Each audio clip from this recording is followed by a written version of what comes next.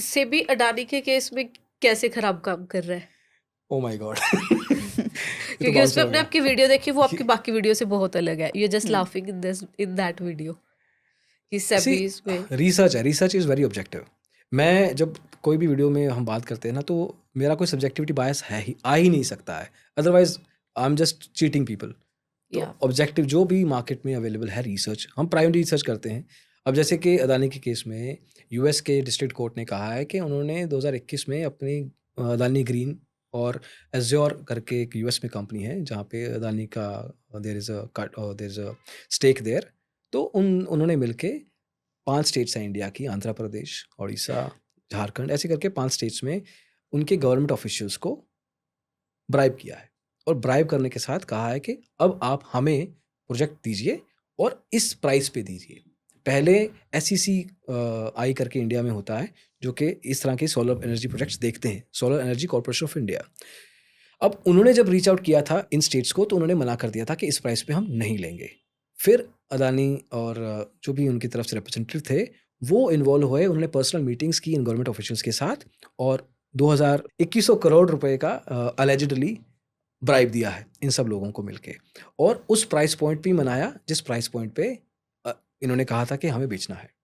अब देखो, अब इंडिया में ये सब हो रहा है, तो यूएस को प्रॉब्लम क्या है इसमें? या यूएस को प्रॉब्लम इसलिए है कि जो एज्योर है या जो अदानी ग्रीन है, उन्होंने यूएस मार्केट से एक तो लोन उठाया हुआ है फाइनेंशियल इंस्टीट्यूशन से, और साथ में एक बॉन्ड दिया हुआ है रिटेल इन्वेस्टर्स यूएस के उनको, और करीब $2 बिलियन वहाँ से उठाए हुए हैं इन प्रोजेक्ट्स को कंप्लीट करने के लिए। यूएस की मार्केट में लिस्टेड है एज्योर, ठीक है?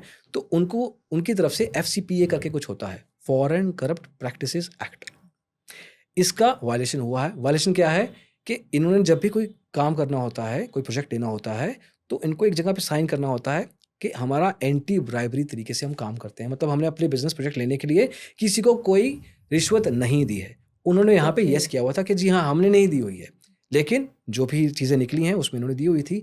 उस एक वायलेशन को लेके, जहाँ पे इंडिया में करो वायलेशन, जहाँ मर्जी करो, डज नॉट मैटर, बट आप यूएस की मार्केट से पैसा उठा रहे हो, वो चीज़ गलत है। और यूएस की मार्केट में आप साइन कर रहे हो कि आपने एंटी ब्राइबरी का आपने ध्यान रखा हुआ है, उससे उनको प्रॉब्लम है। ऐसे ये अकेला केस नहीं है, ऐसे बहुत से केस इंटरनेशनल कंपनीज के भी हुए हैं। वॉलमार्ट का हो चुका है, अमेजोन का हो चुका है। ये चीज़, these are pretty common kind of things जो कि अपने अलग अलग स्टेट्स के अलग अलग कंट्रीज के लोग करते हैं। इंडिया की कंपनीज जो यूएस में लिस्टेड हैं, पहले वहाँ पे भी उनके साथ भी हो चुका है। आज की तारीख में ये अदानी के साथ चल रहा है। So this is the overall case. अभी लेटेस्ट ये है कि जो एसईसी है, यूएस की जो रेगुलेटर है स्टॉक मार्केट की, सिक्योरिटीज एंड एक्सचेंज कमीशन नाम है उसका, उन्होंने पिटीशन डाल दिया है कोर्ट में। ये कल की खबर है कि जो अदानी का केस है और जो एज्योर का केस है, उनको इकट्ठा लिया जाए और इकट्ठे हैंडल किया जाए, अलग अलग केसेस ना दिए जाएं, और इन दोनों केसेस को एक ही कोर्ट में एक ही जज के सामने प्रेजेंट किया जाए। वो as of now Gautam Adani के शायद भांजे हैं या भतीजे हैं, उनके खिलाफ, और गौतम अदानी की जो कंपनी है अदानी ग्रीन के जो उनके सीईओ हैं, इन तीनों के खिलाफ डायरेक्ट केस है, जहाँ पे एसईसी का कहना है, एफबीआई का कहना है कि इन सबको पता था कि हम इनके पीछे पड़े हुए हैं, इन्होंने इंडियन मार्केट्स में भी नहीं बताया, और इंडियन मार्केट रेगुलेटर सेबी को भी गलत झूठ बोला है और हमें भी झूठ बोला है, और इन्होंने ब्राइबरी दी है। This okay. Is the overall case right now.